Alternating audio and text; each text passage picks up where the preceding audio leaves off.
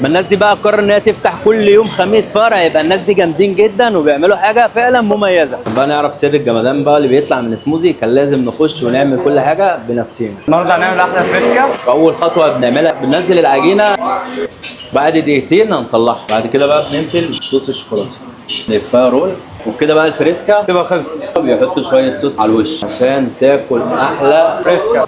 طبعا الفريسكا ليها طعم مميز برضو عشان انا اللي عاملها بايديا من جوه. بسم الله. القرمشه بتاعت الفريسكا مش طبيعيه، فالفريسكا من عندهم جمدان. ما ينفعش تيجي سموزي بارادايس وما تجربش البانكيك. بننزل كده بالعجينه بتاعتنا وهنستناها دقيقه ونلفها على الوش التاني. بعد ما عملنا البانكيك اول حاجه بننزل بيها الموز، ننزل بقطع البانكيك، زود بقى قد ما تقدر. ننزل بقطع المانجا الفريش، شوكليت. ده احلى بانكيك ممكن تدوقه في حياتك لان انا بقى اللي عامله. عايزكم تبصوا كده على البانكيك بالشوكولاته، تحفه. ناخد كده بقى قطمه بانكيك بالمانجا بالشوكولاته، شايفين بقى من تحت موز وبعد كده بانكيك وبعد كده مانجا وبعد كده بقى صوص الشوكولاته، ومفيش اروق من كده. تينا شوكي. نبتدي بقى نصفي زي ما انتم شايفين كده. تلج. كان نفسي بقى ادوق السموزي تين شوكي. بسم الله. حاجه في قمه الانتعاش وجامده جدا. اكثر طلبا عندنا حاجه فريش الفريش، المانجا كلها فريش.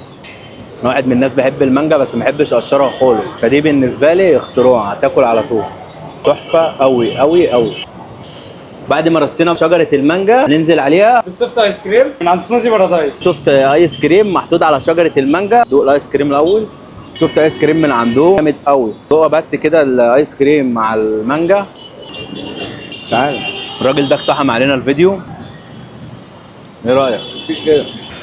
دي بقى شجره المانجا بالسوفت ايس كريم وعليها بقى مكسرات. وبالتالي السوفت ايس كريم بتاعهم لو اتحط على اي حاجه يبقى جامد. دوق كده الثلاثه ميكس مع بعض ونشوف المكسرات. جامده قوي، مديه طعم ولا اروع. مانجا وفراوله وزبادي وايس كريم. كوكتيل بارادايس، مانجا وفراوله وزبادي وايس كريم، ميكس كده عجيب غريب مريب. بسم الله. لو عشاق الميكسات هيعجبكم جدا، طعمه جامد. نص ضربه. اضربه نص ضربه. ده الاختراع من عندهم، كوكتيل نص ضربه، عباره عن 4 فواكه، موز وتفاح وفراوله ومانجا، يعني في كل ما تشتهي الانفس في الحر. طبعا ده بيتضرب نص ضربه وبيبقى مكتل كده زي ما انتم شايفين.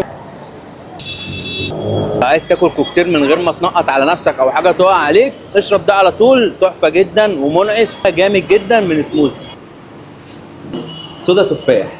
طبعا الصيف بقى بيحب مشروبات الصودا لانها بتبقى منعشه، بالذات بقى في الصيف وفي الحر. عندهم كذا فليفر بقى، تفاح ومانجا وفراوله زي ما انت عاوز. اهم حاجه تقلب السيرم حلو. عشاق الصودا جامد جدا جدا جدا، وطبعا الطعم انتوا اللي بتحددوه. جامد جدا من سموزي. كريم ده سوفت ايس كريم لوتس. هو السوفت ايس كريم لوحده ناعم وطعمه جميل جدا وغني، حاجه جميله جدا. بسم الله.